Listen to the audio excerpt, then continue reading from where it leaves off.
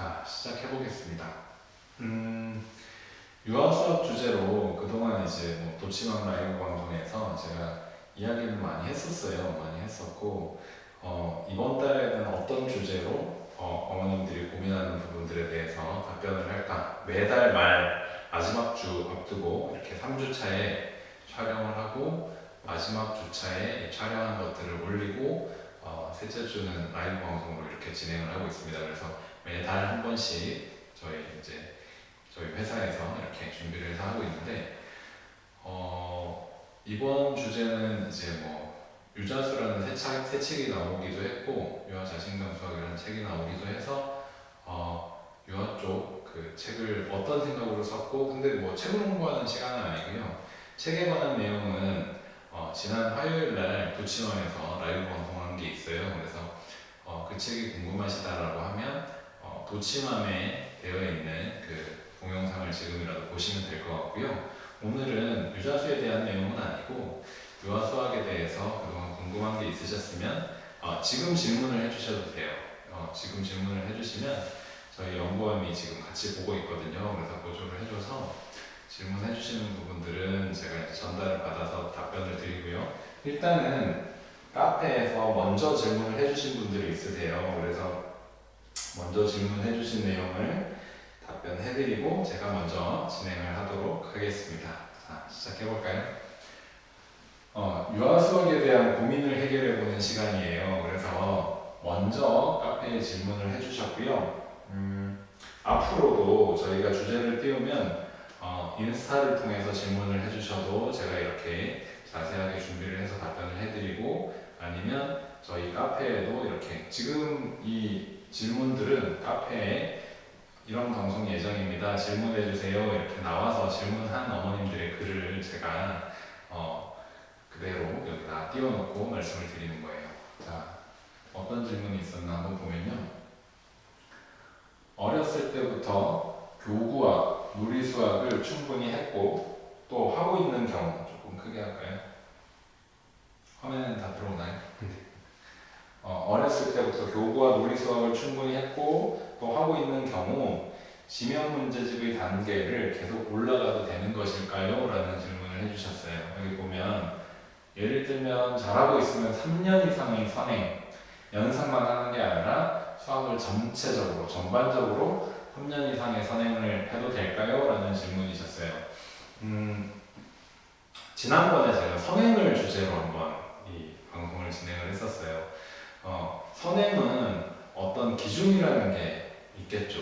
첫 번째 기준은 지금 대한민국에서 어느 정도로 빠르게들 선행을 하고 있는가 또는 어느 정도의 선행을 하는가 또는 학습적으로는 어느 정도 선행을 하면 도움이 되는가 이런 기준들이 있을 거예요. 그죠? 네, 그 말씀드렸던 것들 중에 대한민국에서 가장 뜨거운 지역인 대치동 아이들은 3학년 정도의 중등을 시작하는 아이들이 있습니다. 매우 뛰어난 아이들일 것이고 천재적인 아이들일 것이에요. 그래서 그 아이들이 빨리 하는 걸 우리가 주눅 들거나 저렇게 해야 되는 거 아닌가 할 필요는 없어요. 송유근이라는 아이 아시죠? 지금은 이제 다 컸겠네요. 그죠? 송유근 같은 친구들이 방송에 나와서 천재성을 가진 아이 뭐 이렇게 나오는 것처럼 그런 교육을 따라갈 수 있는 아이들은 보통의 아이들은 아니에요. 그래서 지금 이 방송은 저희 건물이 지금 소방 점검을 하고 있습니다. 그래서 하필이면 또 오늘 아침에 이렇게 하고 있어서 네, 좀 이해해 주시고요. 그래서 송유근 같은 친구들이 그렇게 한다. 그건 매우 특별한 교육이잖아요. 그죠? 네, 그래서 대치동에서 초등학교 3학년 때부터 초등학교 4학년 때부터 선행을 매우 빨리 하는 아이들이 있다라고 해서 너무 의식하지 말자고요. 우리 자식들이 아주 잘하면 그런 기준이 있으니까 이 정도 뛰어나 그러면 어디 가서 교육을 받을 수 있지 하면 대치동을 찾아가면 된다. 이 정도로 하고 보통의 선행 속도라고 하면 한 학기에서 1년 정도 할 수 있겠죠.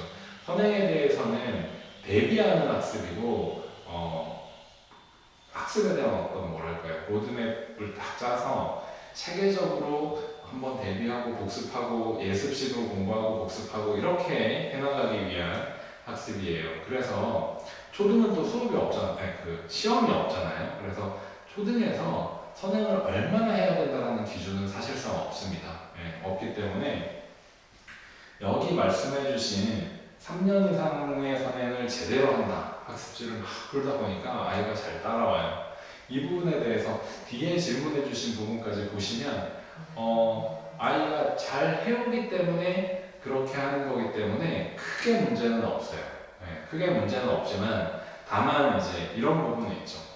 로드맵이라는 것이 이렇게 3년 이상 선행을 만약에 어릴 때부터 유아 시기에서 했을 경우에 그러면 초등학교에 올라가서는 어떤 학습을 해야 될까? 무엇을 해야 될까?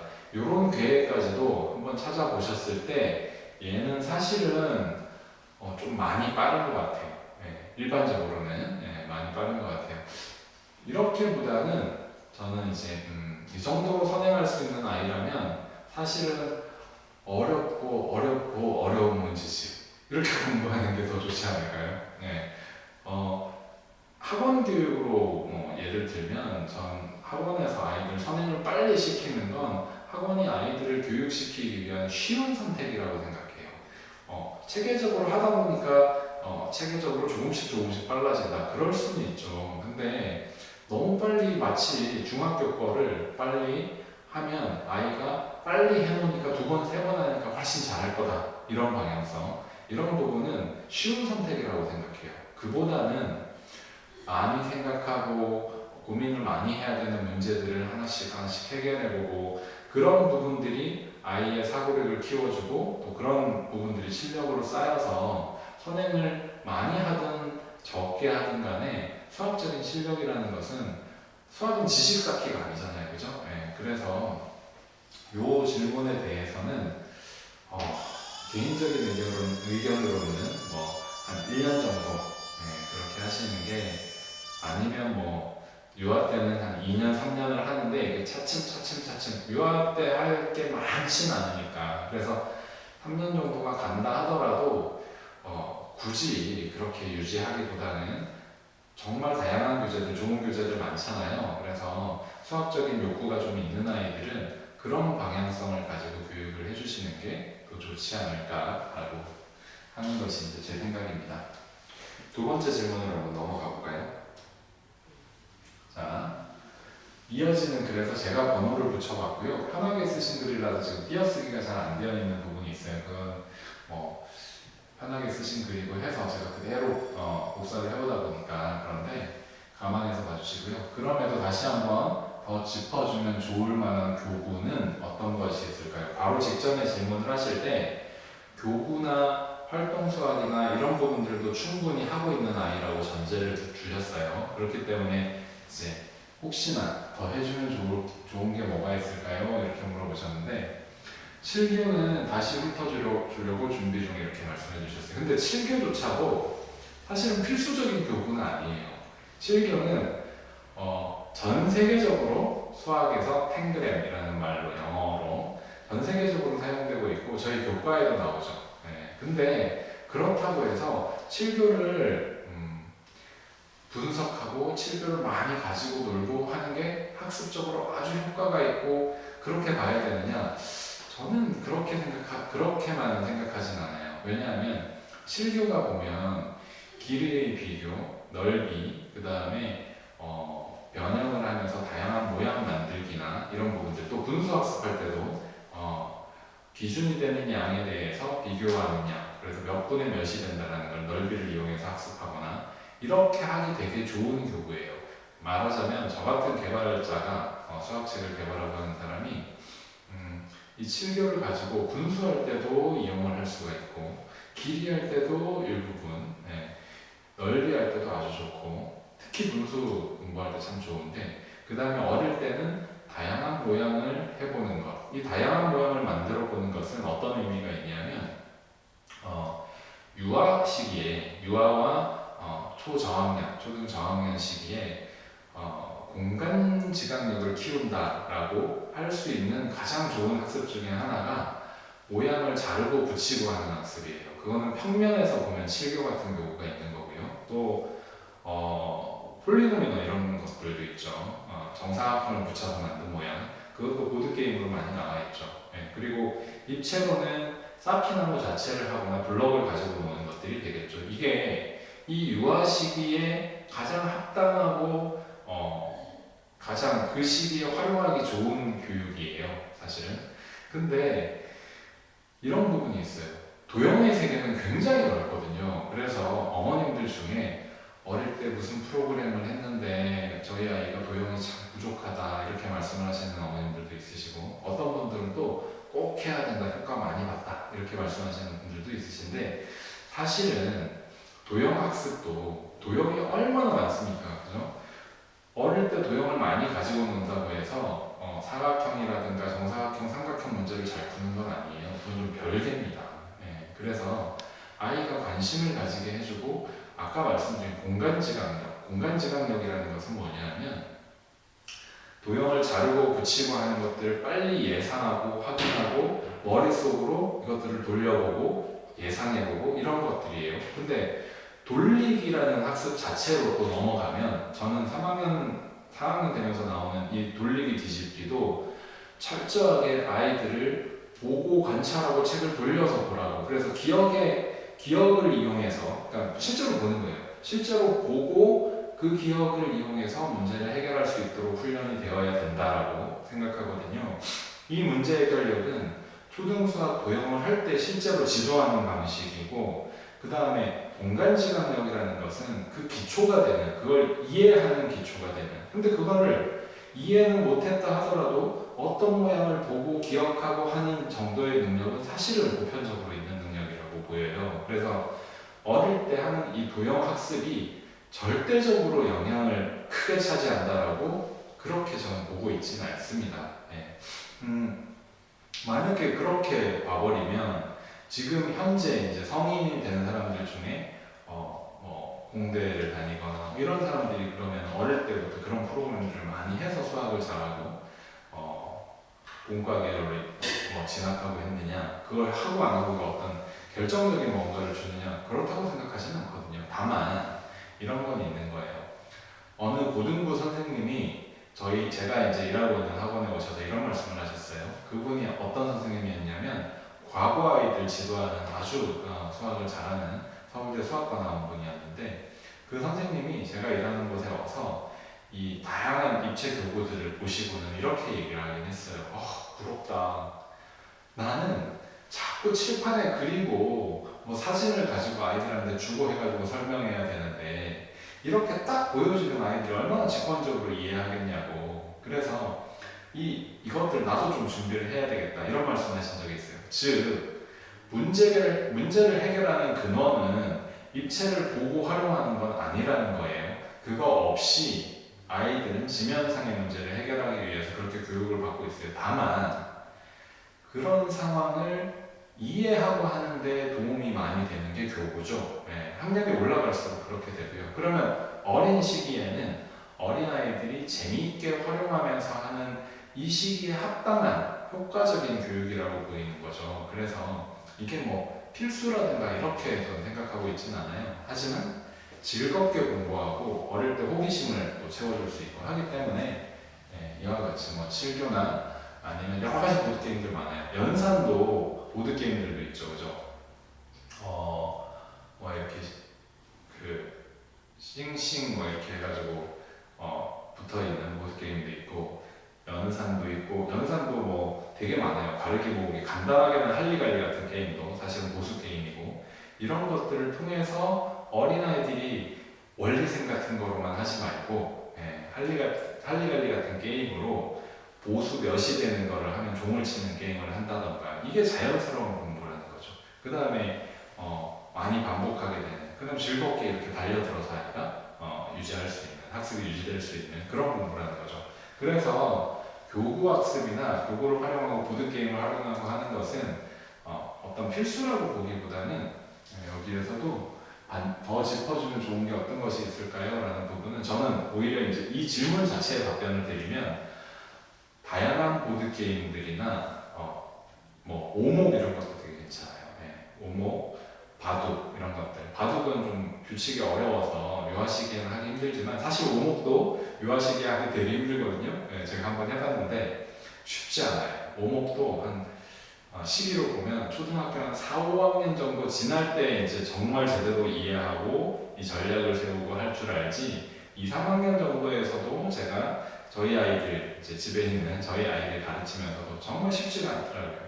그냥 5개를 놓는다라는 규칙 자체만 따라하려고 하지 전략적으로 접근이 잘 안 되더라고요. 근데 4학년, 5학년 요때 지나면서부터는 어떤 방식으로 고민을 해야지 이긴다.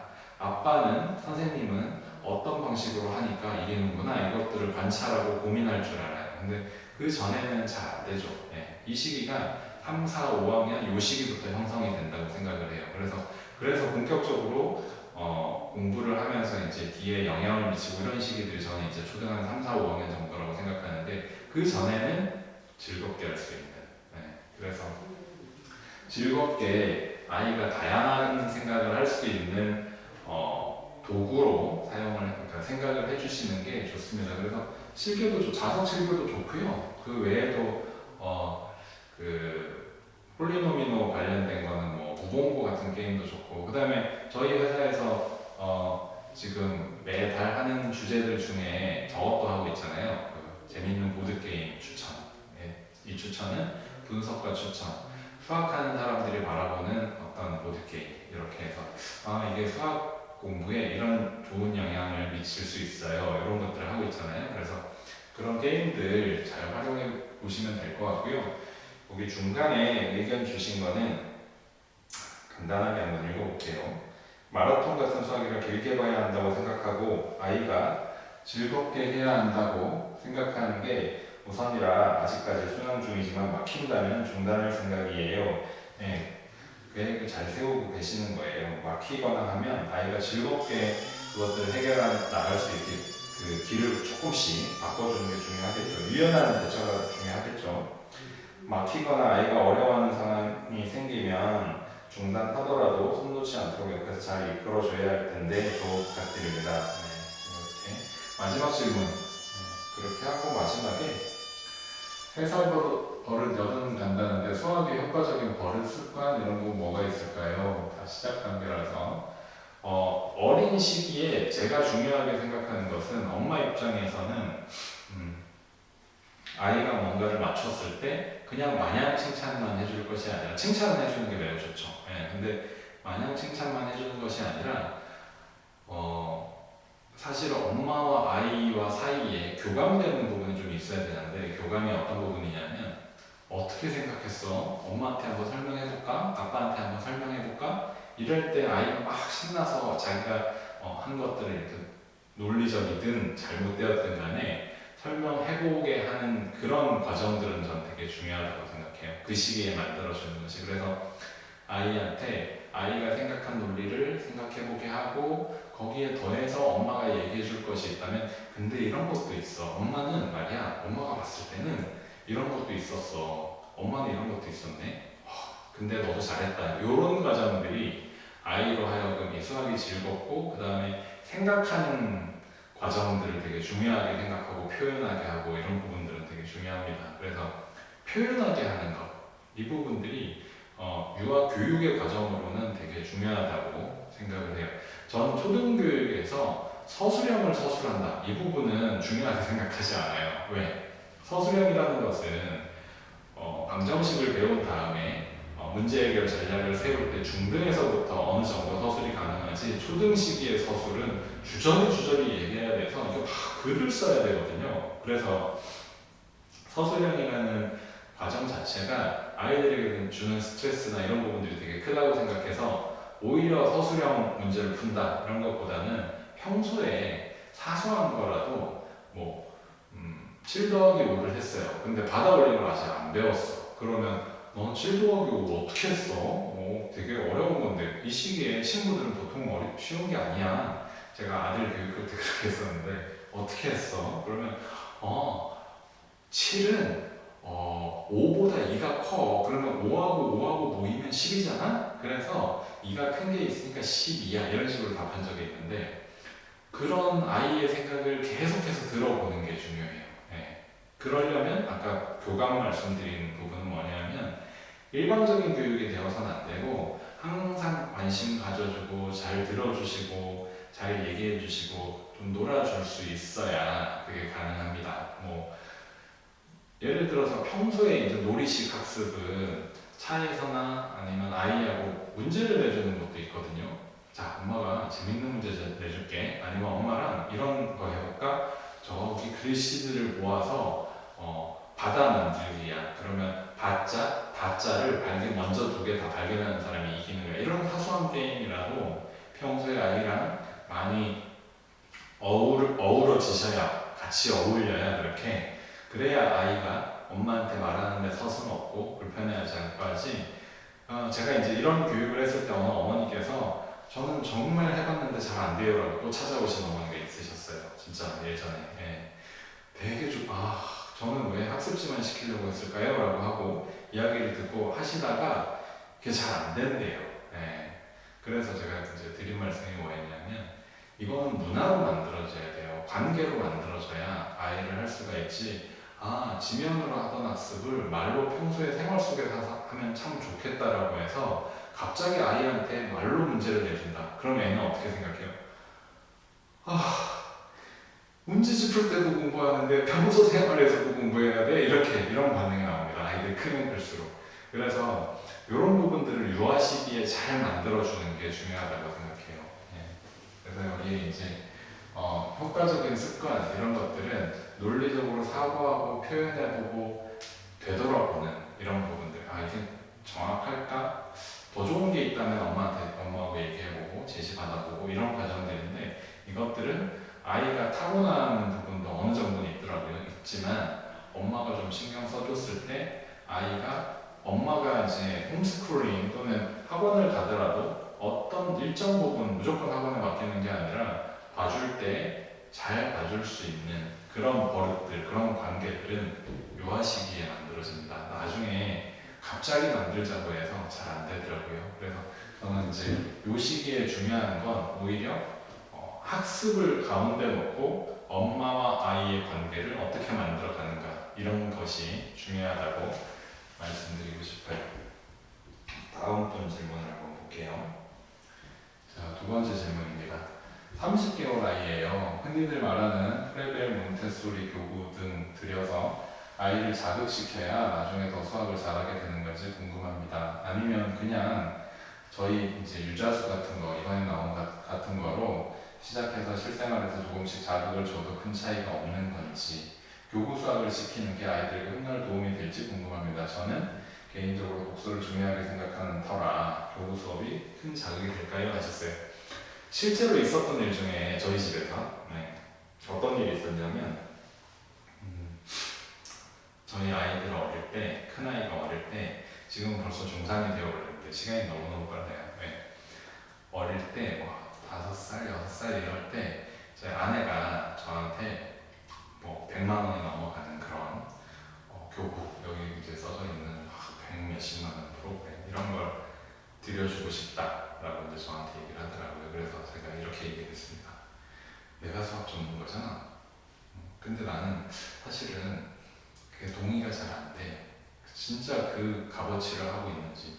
그것보다 더 중요한 건 뭐 하나 사소한 거 하나 가지고도 생각을 하고 같이 얘기할 수 있고 이런 거라고 생각하는데 그런 것들을 가지고 논다고 해서 아이의 사고력이 저절로 자랄까? 그리고 그 프로그램은 선생님이랑 같이 하지 않으면 또 어떤 식으로 활용할지도 참 명확하지 않아.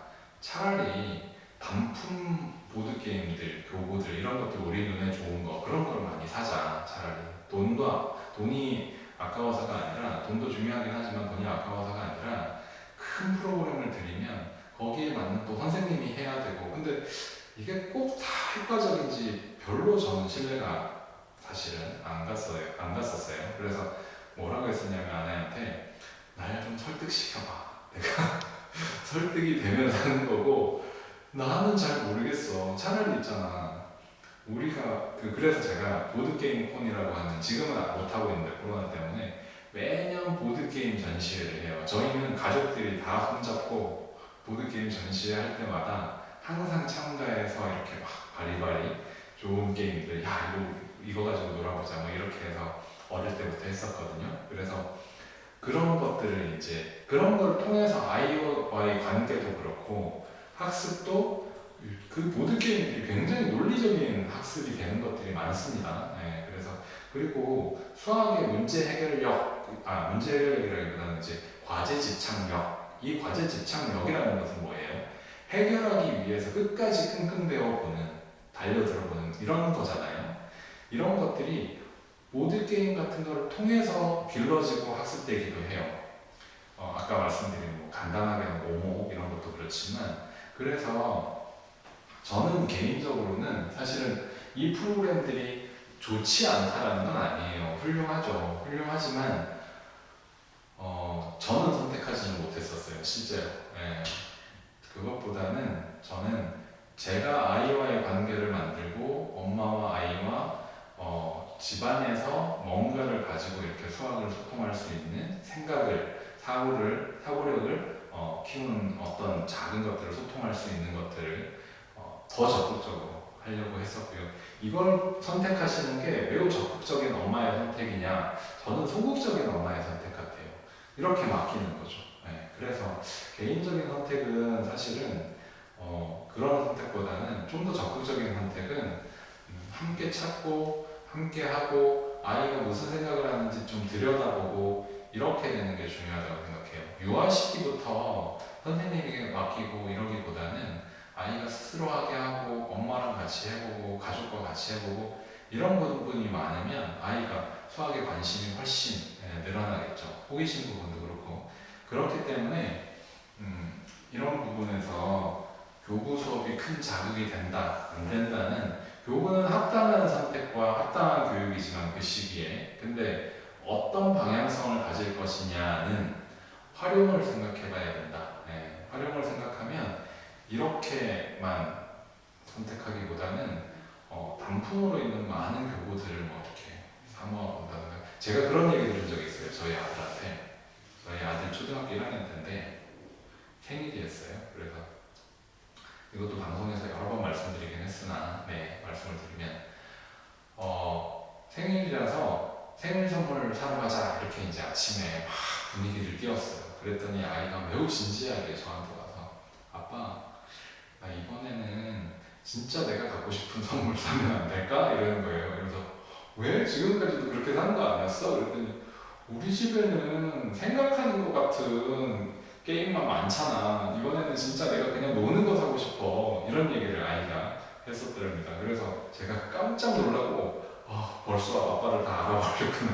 아빠는 언제나 이런 생각, 이렇게 놀면서도 이게 나중에 나한테 도움이 될 거야. 이렇게 이제 항상 생각하고 선택하고 했었는데 아이가 어느 순간 알아채더라고요. 그리고 그게 싫다고 하진 않아요. 그게 이제 집안 문화처럼 잘 자리 잡아서 사실은 지금은 제가 너무 귀찮아요. 중3이거든요. 저희 아이가 중3이다 보니까 아빠 과학 문제 하나 내줄까? 뭘 알아? 뭘? 몰라. 다 까먹었어. 아빠 괴롭히지 마. 이러면서 이제 제가 도망다녀요. 어릴 때는 제가 문제 내주고 생각하게 하고 이렇게 놀아줬는데 지금은 저보다 이제 과학도 더 많이 알고 수학도 고등수학을 까먹기 시작했는데 고등수학을 이제 공부하기 시작해서 질문을 하고 같이 이제 대화하는 게 제 수준을 넘어서고 있어요. 중3이니까. 그래서 과학도 무슨 화학에서 뭘 배웠는데 이게 분자 결합이 이 경우하고 이 경우가 있는데 아빠 이 경우는 어떻게 생각해? 몰라 임마. 이렇게 될 수밖에 없는 상황입니다 지금은. 근데 아이가 저한테 막 그렇게 얘기하는 건 어찌됐든 어릴 때부터 많이 그렇게 이제 해와서. 근데 지금은 제가 제발 이제 날 괴롭히지 마 이러고 있는 아이러니한 상황이고요. 그래서 교구를 사용하고 어떤 학습을 말씀드렸는지 아실 거예요. 사실 유자수도 그런 고민의 결정체예요. 어떻게 보면 엄마가 내주는 문제 얼마나 고민을 많이 했는지 아세요?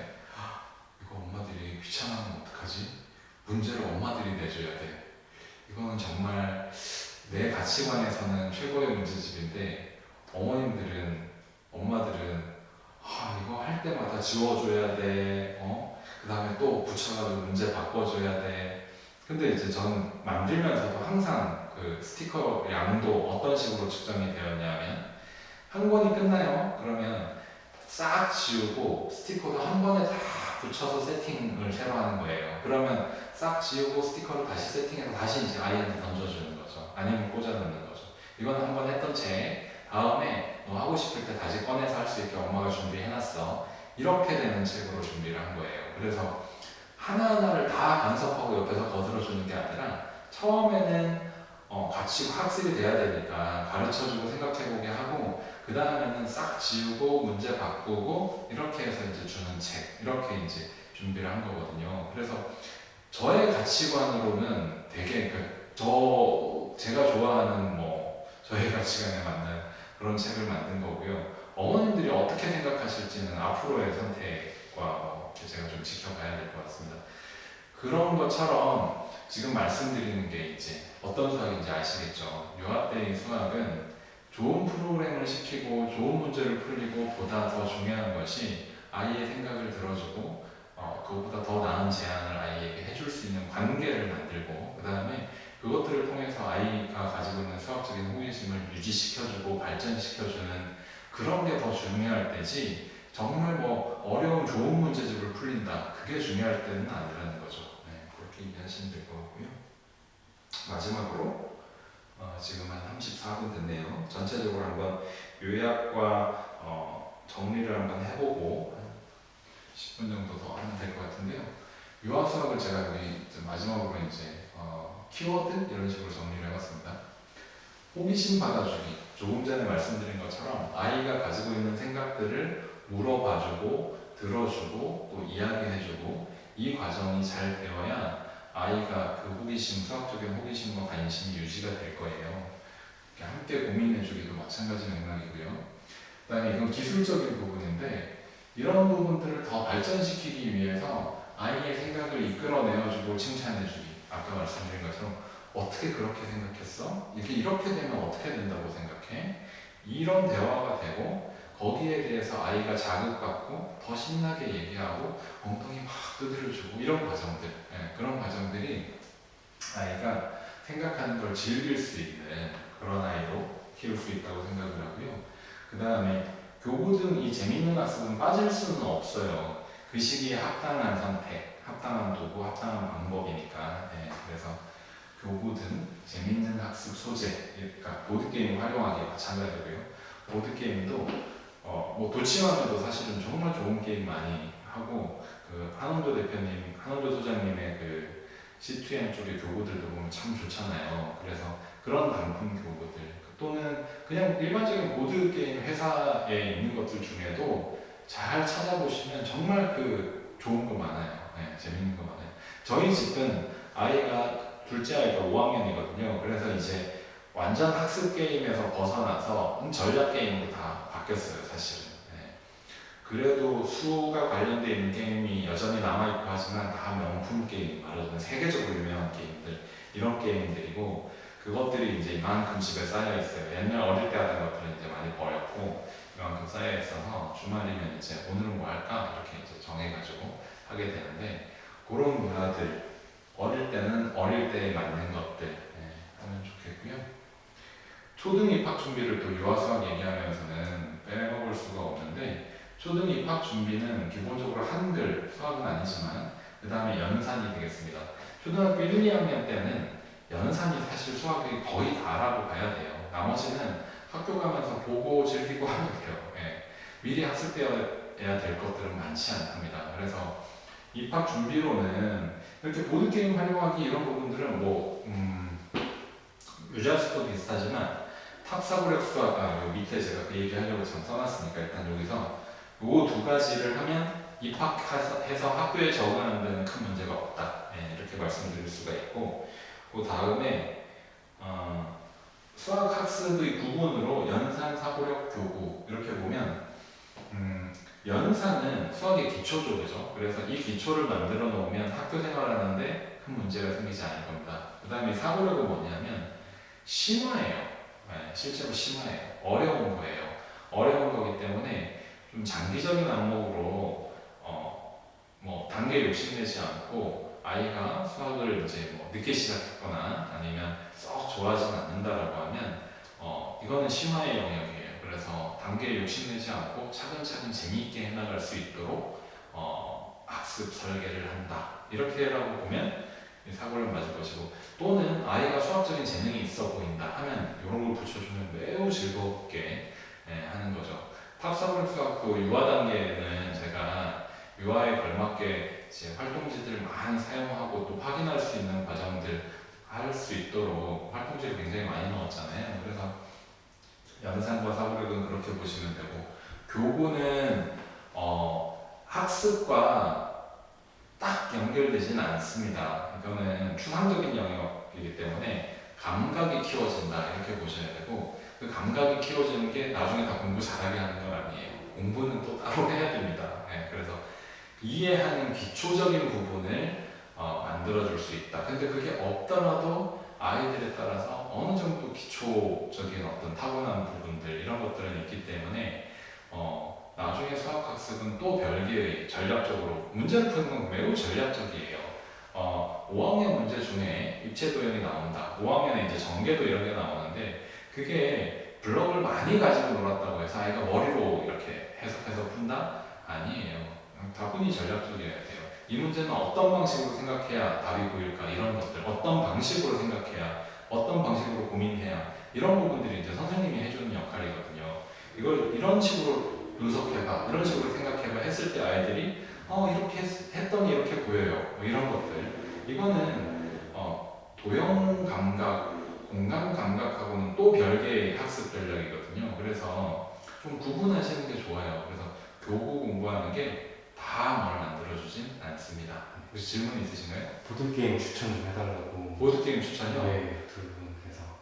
저희 회사가 보드게임 추천을 매달 재밌게 하고 있고, 제가 제일 많이 추천하고 저희 집에서 제일 많이 효과 본 거는 5세 전후에서는 자석 7교였고요. 그걸 넘어가면서는 우봉고였어요. 우봉고.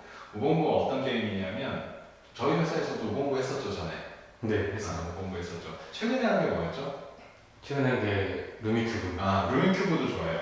루미큐브도 논리적인 사고, 전략적인 사고 하는데 되게 좋고 어릴 때부터 할 수 있는 게임이에요. 그래서 이제 저희가 찾아가지고 하나씩 결정해서 이제 소개해드린 건데, 루미큐브 같은 경우도 어린아이들 천천히 이제 해볼 수 있고, 좀 더 학습적으로 보면 처음 했던 우봉고가 도형 공간 감각 이런 부분에는 자르기 붙이기에 관련된 거예요. 그러니까 목적된 모양을. 또 질문 있나요? 네, 한 분이 무공부 말고 다른 걸 추천해달라고 하셔가지고. 도형에서 우봉고 말고요. 네, 무공부 말고 되게 사랑하시는, 선수장님이 사랑하시는 그 무공부 말고 다른 거 추천해달라고. 재미있게 해줬던 게임 중에는 스티키라는 게임도 있었는데, 할리갈리도 있고, 할리갈리도 보수 게임으로 가볍게 하기, 아이들 정말 이렇게 팍 집중해서 재밌게 하는 게임이고, 스티키는 그 분류와 규칙에 대한 게임이에요. 그래서 이렇게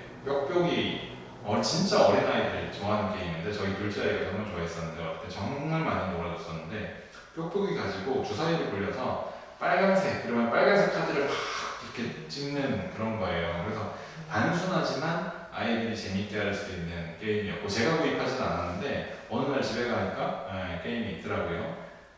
큰아이가 보드게임 하는 학원 같은 데 다녔었는데 거기서 많은 게임들이 저희 집에 왔었어요. 실제로 구입을 많이 하고. 그래서 저는 이제 놀아주는 역할을 했었는데, 그런 게임도 단순하지만 아이들이 되게 재미있게 하는 게임이고, 그 외에 이제 제가 머릿속에 게임들을 다 정리해놓고 있지는 못해서, 그리고 이제 아까 말씀드린 도치맘에서 제일 저렴하게 파니까 C2M에서 나온 폴리탄이라든가 여러 가지 교구들 많잖아요, 그죠? 펜터미너 턴이라든가 이런 것들도 놀이처럼 학습을 할 수 있는 장점, 그 다음에 활용의 어떤 뭐랄까요, 유연하게 활용하는데 되게 다양하게 할 수 있다는 장점, 이런 부분들로 추천해 드릴 수 있는 교구죠. 저는 뭐 C2M 교구들은 단품으로 나온 것들 다 좋은 것 같아요. 저렴하면서도 저도 재밌게 가지고 노는데 가끔 이렇게 풀탄 싸우면서 재밌게 가지고 노는데 매우 좋죠. 입체 공부하는데 특히. 네. 또 질문들 없으실까요? 질문이 있으시면 마지막으로 내용은 다 진행이 됐어요. 그래서 질문이 있으시면 질문에 답변 드리고 아니면 마무리를 해보려고 합니다. 네, 질문 있어요? 펜타곤은 고학년 용인가요? 라고 질문 들었어요. 펜타곤요? 펜타곤. 펜타. 고. 고? 네. 시트형 교부. 아, 제가 정확히 어떤 건지 잘 모르겠어요. 그래서 그거 한번 방송 끝나고 찾아보고 인스타로 펜타고에 대해서 간략하게 남기도록 하겠습니다. 그거는 그렇게 봐주시면 될 것 같고요. 제가 시트형 교부를 다 보고 있지 못해서 초반에 나온 것들은 다 하나씩 집에 가지고 있는데 이제 없을까요? 네, 아직 되는 건 아, 네. 네, 여기까지로 마치도록 하겠습니다. 매달 그 셋째 주 요 시기에 주제 하나씩을 선정해서 방송하고 있고요. 혹시 어머님들이 궁금한 주제가 있으면 이런 주제로 한번 해주세요라고 제안 주셔도 되고 아니면 인스타와 네이버 카페에서 주제가 떴을 때 궁금증들을 이렇게 적어주시면 제가 아주 오늘처럼 상세하게 풀어서 말씀드리도록 하겠습니다. 네, 아침부터 수고 많으셨고요. 다음에 또 찾아뵙겠습니다. 감사합니다. 그리고 유자수도 많이 유자수 정말 좋은 책이에요. 제가 만들고 나서 이렇게 보면 그 막 웃음이 나고 와 이런 책을 만들었다니 이런 책이거든요. 혹시 구입하신 분들이 있으실 테니까 보시고 좋으면 주위에 얘기 많이 해주세요. 네, 감사합니다. 질문 있었어요?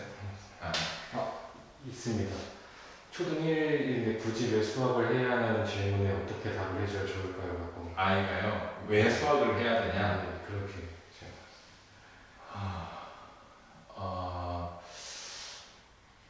아마 그 실질적인 대답이라고 하면 우리가 만지는 휴대폰이나 뭐 많은 전자기기들이 다 수학으로 만들어지고 수학으로 출발된 것들이고 실제로 이제 다 수학이잖아요. 그죠? 코딩이라고 하는 영역도 수학과 뗄래야 뗄 수가 없는 관계고 해서 우리는 아주 기초적인 수학부터 공부를 하는 건데 이게 중학교, 고등학교, 대학교 이렇게 가는 이 수학이라는 것은 우리 생활 전반에 핸드폰을 만들어주는 것도 수학으로부터 시작된 거고 그래서 우리가 이걸 공부해서 그게 취미가 잘하는 사람은 또 그걸 하고 아니더라도 생활 속에 기본적인 논리력 이런 부분들이 수학으로 공부가 되기 때문에 수학으로 공부하는 거야 라고 얘기를 해주는 게 가장 실질적인 대답이 아닐까. 예. 너무 좀 틀에 박힌 대답이 있긴 하겠는데 그게 실질적인 대답이 아닐까 싶습니다. 마쳐도 될까요? 네. 이렇게 마치도록 하겠습니다. 다음 달에 또 뵙도록 하겠습니다. 그거 아니더라도 도치맘 라방을 통해서 늦은 시간마다 뵙고 있으니까 다음에 또 뵙겠습니다. 감사합니다.